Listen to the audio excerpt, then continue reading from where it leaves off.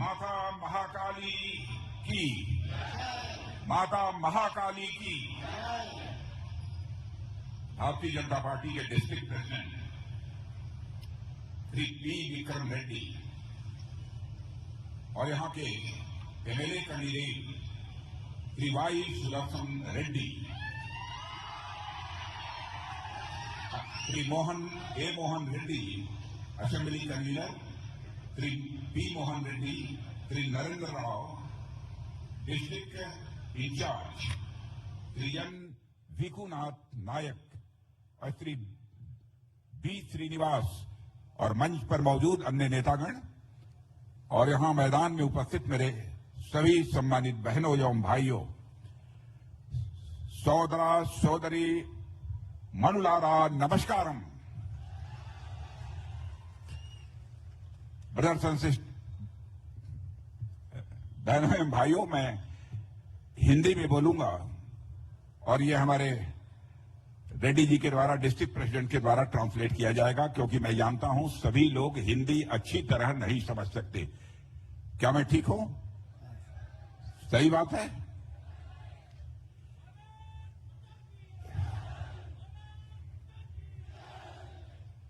बहनों भाइयों, तेलंगाना में इस समय विधानसभा का चुनाव चल रहा है। बहुत सारी राजनीतिक पार्टियां चुनाव के मैदान में हैं। भारतीय जनता पार्टी भी पूरी ताकत के साथ इस समय चुनाव के मैदान में है और भारतीय जनता पार्टी जैसे देश के अन्य राज्यों में अपनी गवर्नमेंट बना चुकी है, वैसे ही हम तेलंगाना में भी यहां पर बीजेपी की गवर्नमेंट बनाना चाहते हैं। సోదరి సోదరిమణులారా, ఈరోజు తెలంగాణ ప్రాంతంలో అసెంబ్లీ ఎన్నికలు జరుగుతా ఉన్నాయి. అనేక రాష్ట్రాల్లో జరిగినటువంటి విధంగానే ఈ అసెంబ్లీ ఎన్నికల లోపల కూడా భారతీయ జనతా పార్టీ తెలంగాణలో అత్యధికంగా సీట్లు గెలవాలనేటువంటి విషయం లోపల భారతీయ జనతా పార్టీ ఈ రోజు ప్రయత్నం చేస్తా ఉంది. यहां पर तेलंगाना में 10 वर्षों से बीआरएस की गवर्नमेंट है। आपको मैं याद दिलाना चाहता हूं कि चंद्रशेखर राव ने बहुत बड़े बड़े कमिटमेंट, बड़े बड़े वादे यहां की जनता के साथ किए थे कि मैं आऊंगा तो तेलंगाना का पूरा मैं चित्र बदल दूंगा। बहुत सारे प्रॉमिसेस भी उन्होंने किया था, लेकिन अपने प्रॉमिसेस को पूरा नहीं किया और आज देश के दूसरे स्टेट्स का जितनी तेजी के साथ डेवलपमेंट हो रहा है, तेलंगाना का यह डेवलपमेंट 10 वर्षों के अंदर नहीं हो पाया। తెలంగాణ రాష్ట్రంలో 10 సంవత్సరాల నుంచి ఈరోజు బీఆర్ఎస్ సర్కార్ ఇక్కడ ప్రాతినిధ్యం వహిస్తా ఉన్నది. అనేక రకాలైన హామీలను ఇక్కడ ఉన్నటువంటి ముఖ్యమంత్రి చంద్రశేఖర్ రావు గారు ఈ ప్రాంతంలో ఇవ్వడం జరిగింది. ఏ ఒక్క హామీలను కూడా సక్రమంగా నిర్వహించలేదు. ఏ రకమైనటువంటి అభివృద్ధి అయితే 10 సంవత్సరాల్లో జరగాలనో మిగతా రాష్ట్రాల్లో లాగా ఇక్కడ ఆ రకమైనటువంటి అభివృద్ధి జరగలేదు.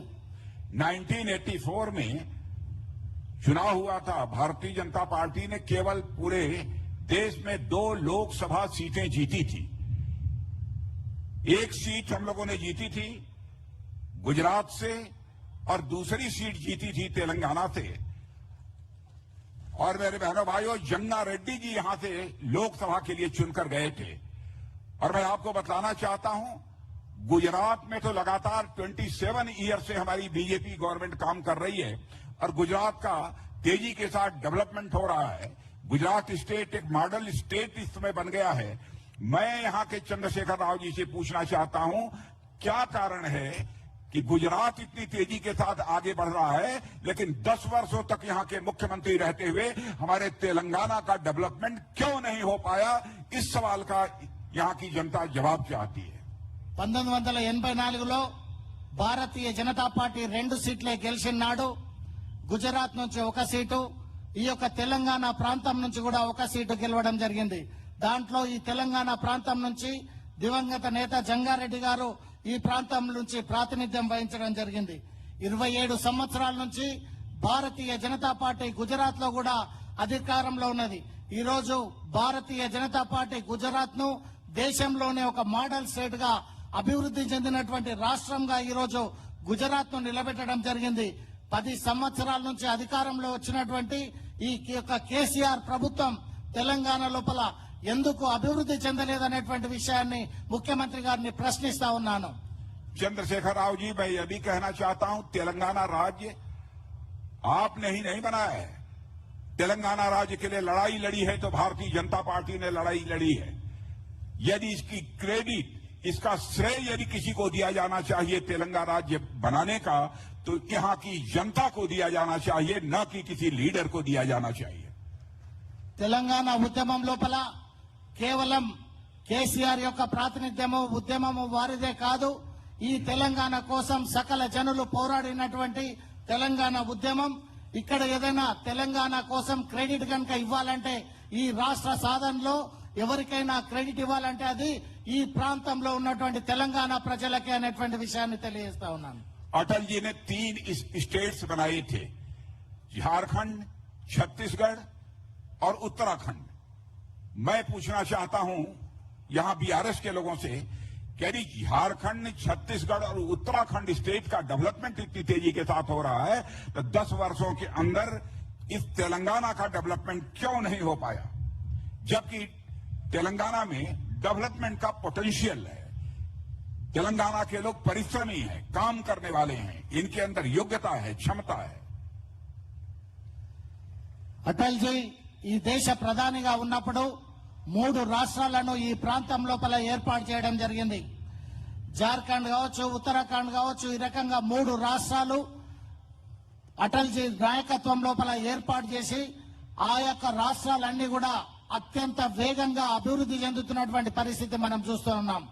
ఈ ప్రాంతంలో, తెలంగాణ ప్రాంతంలో అనేక మంది ప్రజలు, ఇక్కడ ఉన్నటువంటి ప్రజలందరికీ కూడా కష్టపడే మనస్తత్వం ఉన్నప్పటికీ కూడా ఎందుకు ఈ ప్రాంతంలో అభివృద్ధి జరగడం, తెలంగాణ రాష్ట్రం ఎందుకు ముందుకు పోవటం లేదనేటువంటి విషయాన్ని తెలియజేస్తున్నాం. बीआरएस की गवर्नमेंट आने के बाद मेरे बहनों भाइयों, तेलंगाना में करप्शन बड़ी तेजी के साथ बढ़ा है और आप ये देख रहे होंगे इस गवर्नमेंट के खिलाफ जांच भी चल रही है। इनकी फैमिली के ऊपर करप्शन के चार्जेज हैं, लेकिन जहां जहां पर भारतीय जनता पार्टी की यानी बीजेपी की गवर्नमेंट इस देश में चल रही है, जिन भी स्टेट्स में, कोई मां का लाल उंगली उठाकर नहीं कह सकता एक भी करप्शन हमारे ऊपर लगा हो चार्ज। బీఆర్ఎస్ ప్రభుత్వం ఈ రోజు అవినీతి లోపల కూరుకుపోయి ఉన్నటువంటి పరిస్థితి మనం చూస్తాం.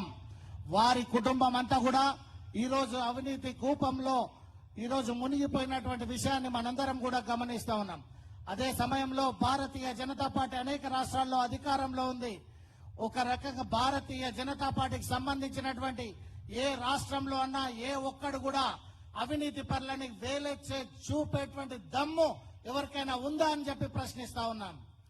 हम लोग जानते हैं कि हम कहते हैं, और तेलंगाना के लोग भी ये कहते हैं, स्टेट फर्स्ट, लेकिन टीआरएस कहती है फैमिली फर्स्ट। और मैं आपको बतलाना चाहता हूं, जिस दिन भारतीय जनता पार्टी की गवर्नमेंट बन जाएगी बहनों भाइयों, यहां फैमिली फर्स्ट नहीं होगी बल्कि तेलंगाना फर्स्ट होगा। భారతీయ జనతా పార్టీ దేశం ముఖ్యమని భావించేటువంటి పార్టీ, కానీ టీఆర్ఎస్ పార్టీ ఏదైతుందో, టీఆర్ఎస్ ప్రభుత్వం కుటుంబం ముఖ్యమనేటువంటి భావించేటువంటి ప్రభుత్వం ఈ రోజు తెలంగాణ రాష్ట్ర సమితి ప్రభుత్వం. భారతీయ జనతా పార్టీ అధికారంలోకి వస్తే ఈ రోజు అనేక రకాలుగా భారతీయ జనతా పార్టీ కుటుంబ పాలనకు వ్యతిరేకంగా పనిచేస్తుందనేటువంటి విషయాన్ని ఈ సందర్భంగా తెలియజేస్తా ఉన్నాను. आपने इस देश में कांग्रेस की गवर्नमेंट को काम करते हुए लंबे समय तक देखा है। आजादी के बाद शायद ही कोई कांग्रेस की गवर्नमेंट रही हो जिसके ऊपर करप्शन का चार्ज न लगा हो। यहां तक कि उनके मिनिस्टर्स को भी करप्शन के चार्जेज में जेल की हवा खानी पड़ी है। मेरी बहनों भाइयों, अटल बिहारी वाजपेयी जी की गवर्नमेंट को भी आपने देखा है और यह मोदी जी के नेतृत्व में 9 साढ़े 9 वर्षों से गवर्नमेंट काम कर रही है। इस गवर्नमेंट को भी आपने देखा है। कोई मां का लाल उंगली उठाकर नहीं कह सकता कि बीजेपी के गवर्नमेंट के किसी भी मिनिस्टर के ऊपर कोई करप्शन का चार्ज लगा हो अथवा किसी मिनिस्टर को जेल की हवा खानी पड़ी हो। భారతీయ జనతా పార్టీ అధికారంలో ఉన్నప్పుడు ఎక్కడ కూడా ఒక్క అవినీతి లేకుండా పరిపాలించింది. ఈ దేశంలో కాంగ్రెస్ అత్యధిక కాలం పరిపాలించినటువంటి సందర్భంలో అనేక మంది ఆ యొక్క ప్రభుత్వంలో అవినీతిలో కూరుకుపోయినటువంటి విషయం తెలుసు.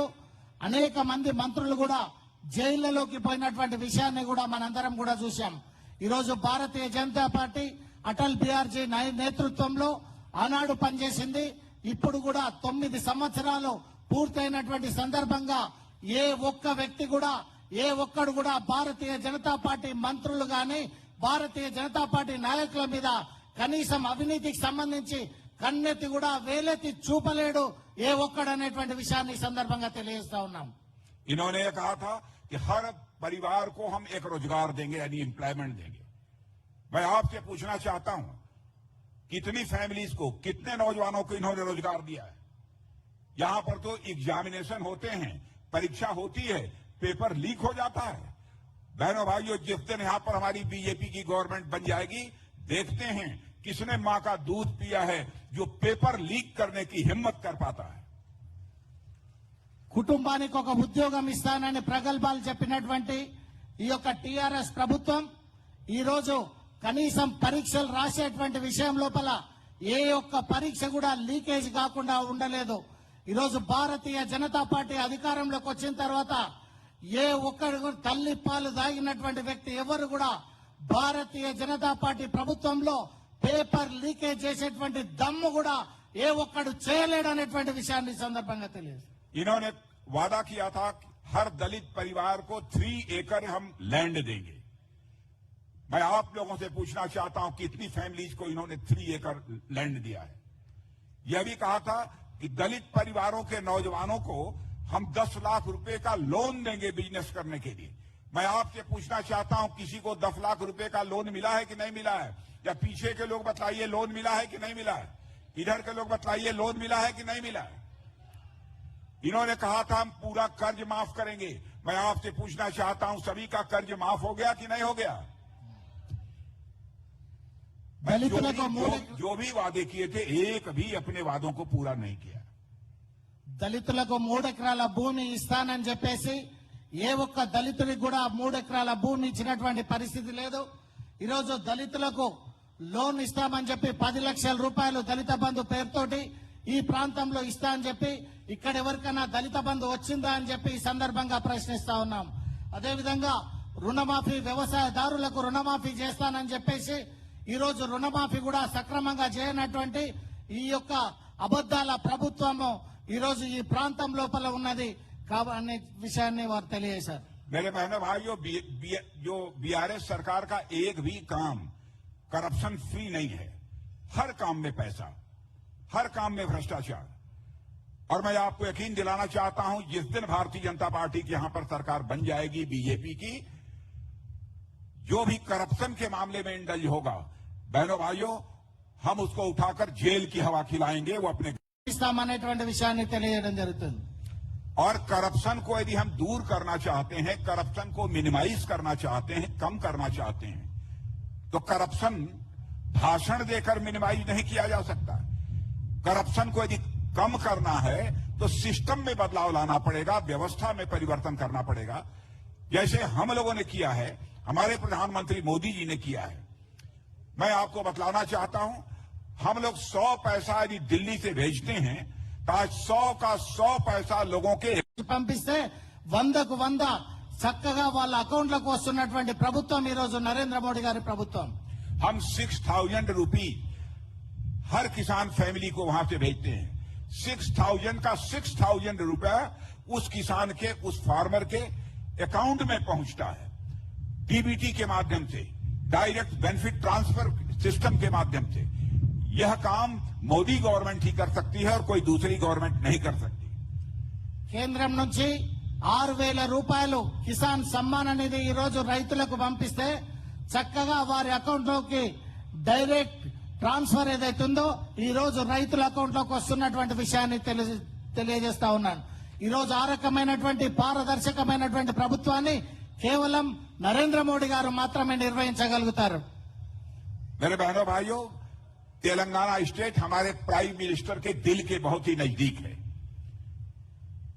और मैं कहना चाहता हूं हमारे प्राइम मिनिस्टर चाहते हैं जैसे अन्य दूसरे बीजेपी रूल्ड स्टेट्स का डेवलपमेंट तेजी के साथ हो रहा है, वैसे ही तेलंगाना का भी डेवलपमेंट होना चाहिए। इसीलिए आपने देखा अभी हाल ही में आए थे 8,000 करोड़ के प्रोजेक्ट का उन्होंने उद्घाटन किया था या शिलान्यास किया था। తెలంగాణ రాష్ట్రం భారత ప్రధానమంత్రి నరేంద్ర మోడీ గారికి అత్యంత ప్రియమైనది. కాబట్టి ఈరోజు మిగతా రాష్ట్రాల కంటే ఈ తెలంగాణ ప్రాంతం అభివృద్ధి చెందాలని ప్రధానమంత్రి నరేంద్ర మోడీ గారు కోరుకుంటున్నారు. ఇటీవల కాలంలోనే 8,000 కోట్ల రూపాయలకు శంకుస్థాపన చేసినటువంటి విషయాన్ని కూడా ఈ సందర్భంగా తెలియజేస్తా ఉన్నాను. तेलंगाना का हम ओवरऑल डेवलपमेंट करना चाहते हैं कि तेलंगाना का विकास तेजी के साथ हो. हम स्टेप मदरली ट्रीटमेंट किसी भी सूरत में तेलंगाना के साथ बर्दाश्त नहीं कर सकते और कई काम इसीलिए हमारी गवर्नमेंट ने कहा यहां किया है. हेल्थ और वेलनेस सेंटर आपको जानकर खुशी होगी कि यहां पर 5,000 से अधिक खोलने का काम यदि किसी ने किया है तो मोदी गवर्नमेंट ने किया है. తెలంగాణ రాష్ట్రాన్ని అన్ని రంగాల్లో అభివృద్ధి చేయాలనేటువంటి విషయాన్ని ఈరోజు తెలంగాణలో ఉన్నటువంటి ప్రజలకు సేవలు అందించాలని కేంద్ర ప్రభుత్వం నరేంద్ర మోడీ గారి ప్రభుత్వం ఈరోజు కోరుతా ఉన్నది. ఈరోజు దాని కారణంగానే 5,000 హెల్త్ వెల్నెస్ సెంటర్స్ ఏవైతున్నాయో మనం ఇక్కడ బస్సు దవాఖానలనే వాటన్నిటి కూడా కేంద్ర ప్రభుత్వం ఇచ్చేది. కాబట్టి అటువంటి సెంటర్లను ఓపెన్ చేసినటువంటి ప్రభుత్వం ఈరోజు నరేంద్ర మోడీ గారి ప్రభుత్వం. जब कोरोना का संकट था उस समय भी हम लोगों ने बीआरएस की गवर्नमेंट होने के बावजूद इस स्टेट के साथ कोई भी डिस्क्रिमिनेशन किसी प्रकार का भेदभाव नहीं किया था. हमारी गवर्नमेंट ने यहां पर भी 50 पीएसए सेंटर लगवाए थे. కరోనా సమయంలో ఇక్కడ బీఆర్ఎస్ ప్రభుత్వం ఉన్నది కాబట్టి నెగ్లెక్ట్ చేయాలనేటువంటి విషయం కాదు. దేశం మొత్తం మీద ఏ రకంగా అయితే చేశారో ఇక్కడ కూడా అదే రకంగా 50 సెంటర్లను ఈ ప్రాంతంలో తెలంగాణ ప్రాంతంలో ఓపెన్ చేసి ఇక్కడ ఉన్నటువంటి పేద ప్రజలందరికీ కూడా వైద్యం అందించినటువంటి విషయాన్ని ఈ సందర్భంగా తెలియజేస్తాను. मैं यही कहने आया हूं कि सबको मौका दिया आपने बार बार, हमें देखो एक बार, यही स्लोगन यहां पर देखने के लिए देने के लिए आया हूं क्योंकि हमारे पास डेवलपमेंट का विजन भी है, डेवलपमेंट का मिशन भी है और डेवलपमेंट का पैशन भी है. ఈ రాష్ట్రంలో అనేక మందికి అధికారం ఇచ్చారు. తెలంగాణ ప్రాంతంలో ఒక్కసారి భారతీయ జనతా పార్టీకి అధికారం ఇవ్వండి, మా దగ్గర ఈ తెలంగాణ ప్రాంతాన్ని అభివృద్ధి చేయాలనేటువంటి ఆలోచన ఉంది, ఆ శక్తి ఉంది, ఆ రకమైనటువంటి మనోధైర్యము ఇవన్నీ కూడా భారతీయ జనతా పార్టీకి ఉన్నాయనేటువంటి విషయాన్ని ఈ సందర్భంగా తెలియజేస్తా ఉన్నాం. हमने महिलाओं का एम्पावरमेंट करने की दृष्टि से सोशल और पॉलिटिकल एम्पावरमेंट महिलाओं का होना चाहिए. सोशल एम्पावरमेंट के लिए भी कई कदम उठाए हैं. पॉलिटिकल एम्पावरमेंट के लिए भी हमारे प्राइम मिनिस्टर ने पार्लियामेंट का स्पेशल सेशन बुलाकर 33% पार्लियामेंट और असेंबली इलेक्शन में महिलाओं के लिए सीट रिजर्वेशन करने का बिल पास करा दिया है. మహిళా స్వశక్తీకరణకు మహిళలందరూ కూడా తమ కాళ్లపైన ఆధారపడాలని భావించేటువంటి ప్రభుత్వం నరేంద్ర మోడీ గారి ప్రభుత్వం. ఆ ఉద్దేశంతోనే పార్లమెంట్ లో స్పెషల్ సెషన్ పిలిచి 33% రిజర్వేషన్ ను ఈరోజు కేవలం అన్ని రాజకీయ రంగంలో కూడా మహిళలు ఉండాలి, పార్లమెంట్ లో 33%, అదేవిధంగా అసెంబ్లీలో కూడా 33% ఉండాలనేటువంటి దృక్పథంతో ఈ రోజు పనిచేస్తున్న ప్రభుత్వం నరేంద్ర మోడీ గారి ప్రభుత్వం. बहनों भाइयों, इलेक्शन मैनिफेस्टो में हम जो कहते हैं वह करते हैं. हमारे इलेक्शन मैनिफेस्टो को 1951 से लेकर आज तक कोई उठाकर देख ले. हम लोगों ने 51 में कहा था जिस दिन हमको पार्लियामेंट में मेजॉरिटी मिल जाएगी उस दिन आर्टिकल 370 जिसके तहत जम्मू कश्मीर को स्पेशल स्टेटस प्राप्त है हम उसको समाप्त करेंगे. और आपने देखा पार्लियामेंट में मेजॉरिटी मिलने के साथ ही चुटकी बजाकर हम लोगों ने आर्टिकल 370 को समाप्त कर दिया. భారతీయ జనతా పార్టీ ఎలక్షన్ మేనిఫెస్టోలో ఏదైతే చెబుతుందో అదే అక్షరాల నిజం చేసి చూపిస్తుంది. 1951లో కశ్మీర్ కోసం ఏదైతే 370 ఆర్టికల్ ఉందో ఆ 370 ఆర్టికల్ ను తొలగిస్తామని 1951లో తీర్మానం చేశాం, మేనిఫెస్టోలో ప్రకటించాం.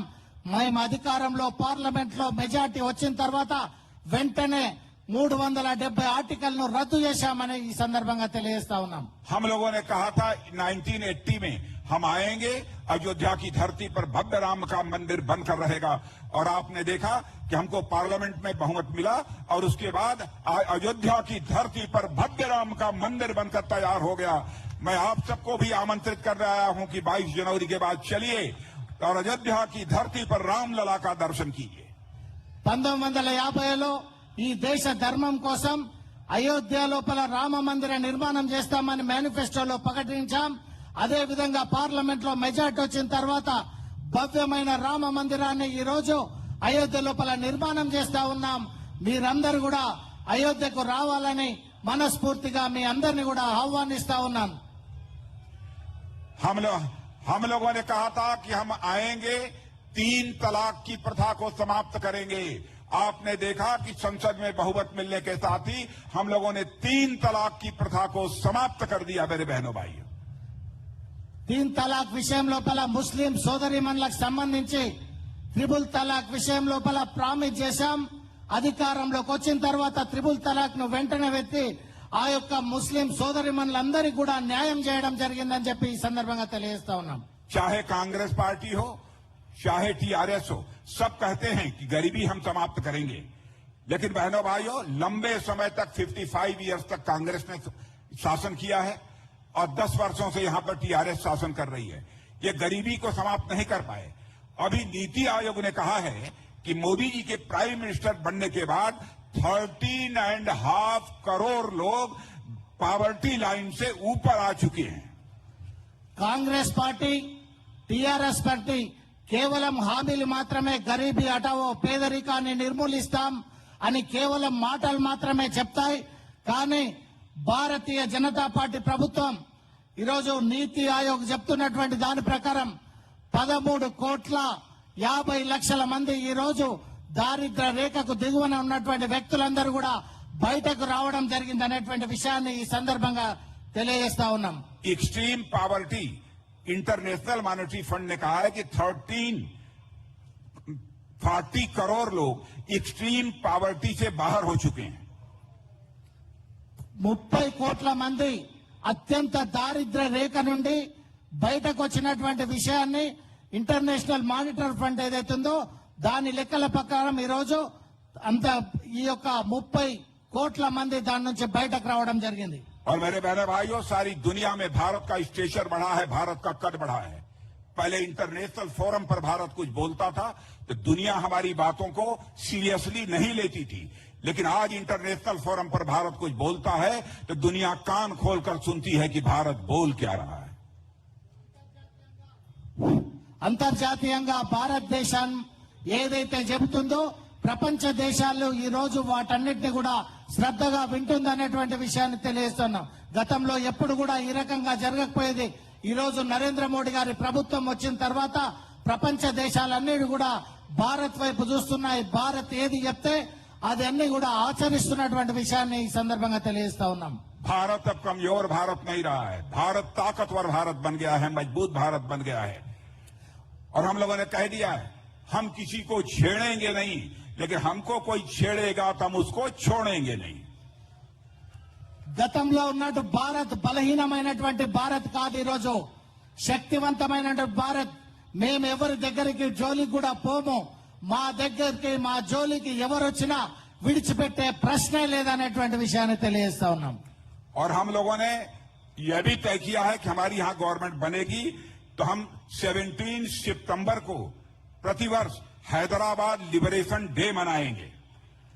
మేము అధికారంలోకి వచ్చిన తర్వాత ఈ తెలంగాణ రాష్ట్రానికి స్వాతంత్రం వచ్చిన రోజు ఏదైతుందో 17 సెప్టెంబర్ ను అధికారికంగా నిర్వహించబోతా ఉన్నాం. और इतना ही नहीं, हम लोगों ने कहा कि हमारी गवर्नमेंट बनेगी तो ओबीसी यहां का चीफ मिनिस्टर होगा। మా ప్రభుత్వం వస్తే ఇక్కడ భారత్ బడుగు బలహీన వర్గాలకు సంబంధించినటువంటి ముఖ్యమంత్రి భారతీయ జనతా పార్టీ నియమిస్తుంది. और यहां पर जो शेड्यूल कास्ट है उसका सब कैटेगराइजेशन करेंगे, यानी ताकि जो सबसे गरीब हैं शेड्यूल कास्ट में भी उन, और जो अब तक जिनको लाभ नहीं मिल पाया है उनको भी लाभ मिल सके, उनका भी एम्पावरमेंट हो सके। ఎస్సీ వర్గీకరణ విషయం లోపల ఏబిసిడి ఏదైతే వర్గీకరణ ఉందో దానికి పూర్తి మద్దతు ఇస్తాం. వెనుకబడినటువంటి వాళ్ళు ఎవరైతే ఉన్నారో వారందరూ కూడా పేదరికం నుంచి బయటకు రావడం కోసం ఈ వర్గీకరణకు భారతీయ జనతా పార్టీ పూర్తి మద్దతునిస్తా ఉంది. रिलीजन बेसिस पर रिजर्वेशन को भारतीय जनता पार्टी समाप्त करेगी।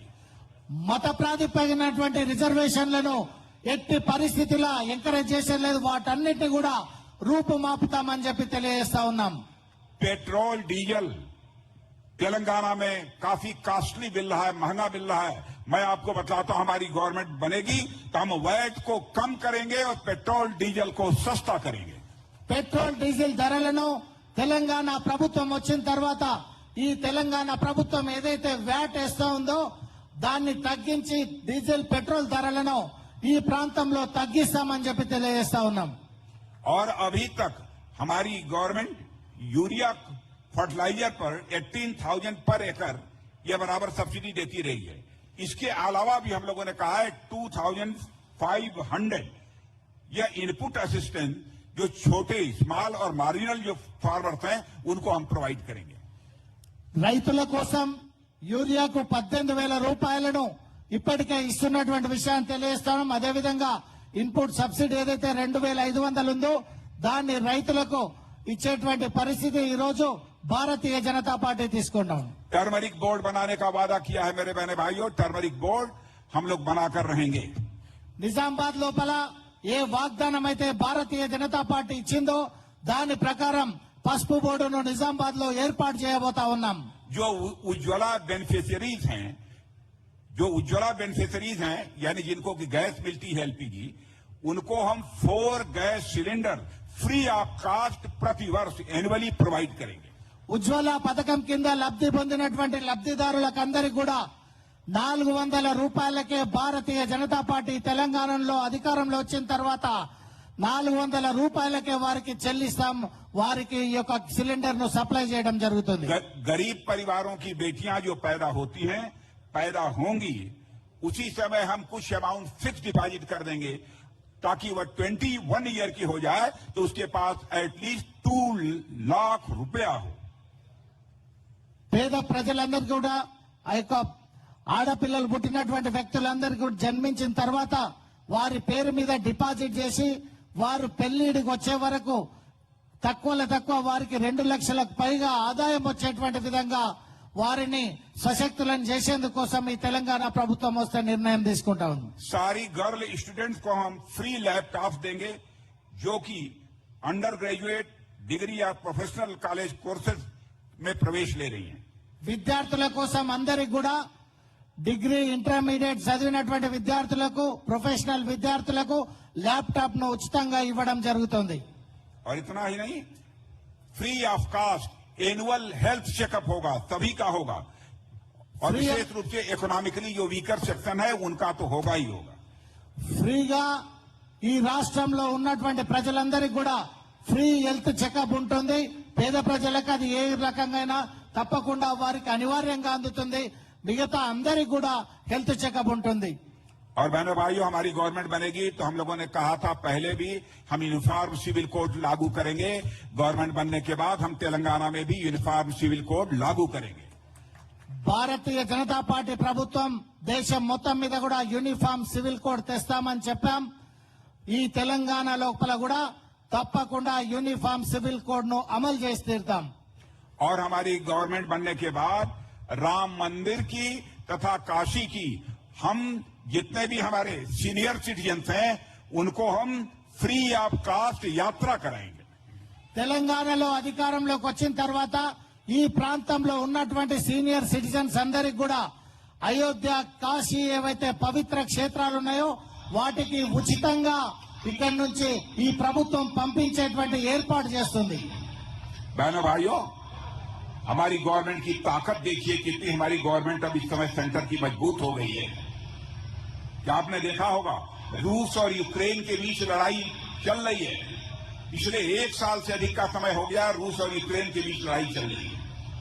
जो ही रूस और यूक्रेन का संघर्ष प्रारंभ हुआ और रूस ने वहां से मिसाइल चलाना शुरू किया, बम चलाना शुरू किया, तो वहां पढ़ने वाले जो इंडियन स्टूडेंट्स थे उनके गार्जियंस जो भारत में रहते हैं उन्होंने कहा प्राइम मिनिस्टर चाहे जैसे भी हो हमारे बच्चों को आप वहां से यूक्रेन से बाहर निकाल लाइए और उनको भारत लाइए. రష్యా ఉక్రెయిన్ల మధ్య యుద్ధం జరుగుతున్నటువంటి సమయంలో एक मिनट, हमारे प्राइम मिनिस्टर ने चटपट टेलीफोन उठाया और उन्होंने रूस के राष्ट्रपति मिस्टर पुतिन से बात की और यूक्रेन के राष्ट्रपति मिस्टर जेलेंस्की से बात की और अमेरिका के राष्ट्रपति मिस्टर बाइडेन से बात की। और बहनों भाइयों, आपने देखा 4.5 आवर्स के लिए वार रुक गई और 20,000 की संख्या में स्टूडेंट्स हमारे बाहर आ गए। రష్యా ఉక్రెయిన్ల మధ్య యుద్ధం జరుగుతున్నప్పుడు భారతదేశం యొక్క శక్తి ఎంత గొప్పదో మీరు ఒకసారి అర్థం చేసుకోండి.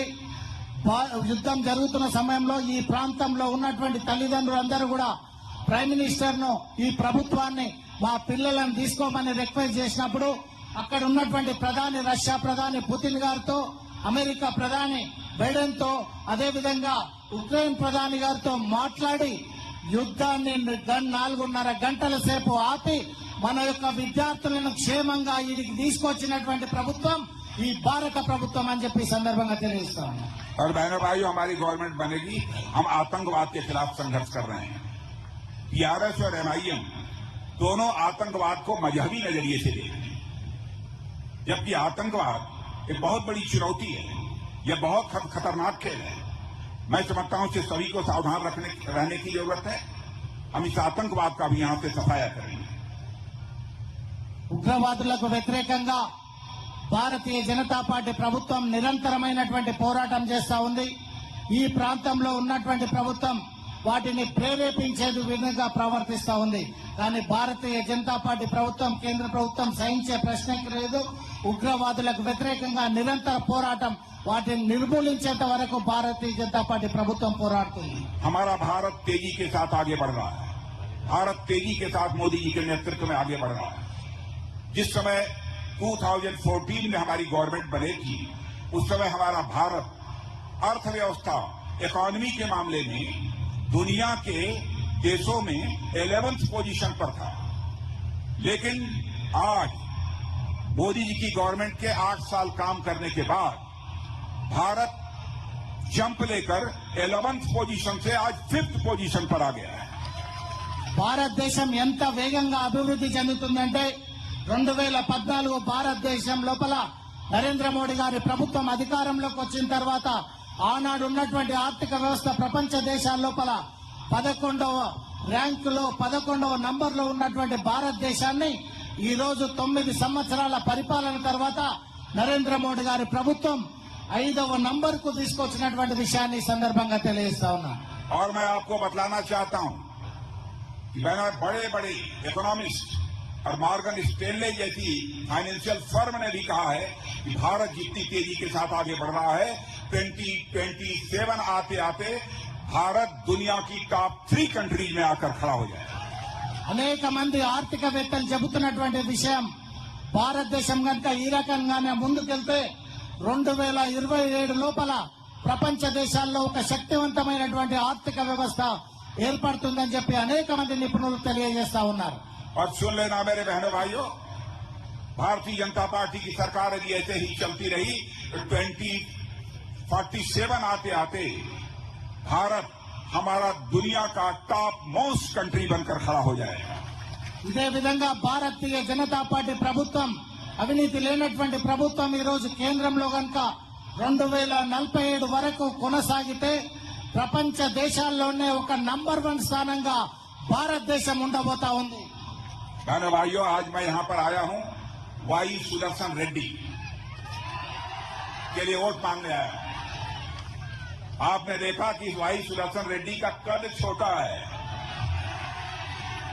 लेकिन मैंने देखा जब वाई सुदर्शन रेड्डी बोल रहे थे, इनके अंदर आग है, स्पार्क है। मेरे बहनों भाई, నేను ఈ రోజు ఇక్కడికి వై సుదర్శన్ రెడ్డి గారు, ఏనుగు సుదర్శన్ రెడ్డి గారి కోసం ఇక్కడికి వచ్చాను.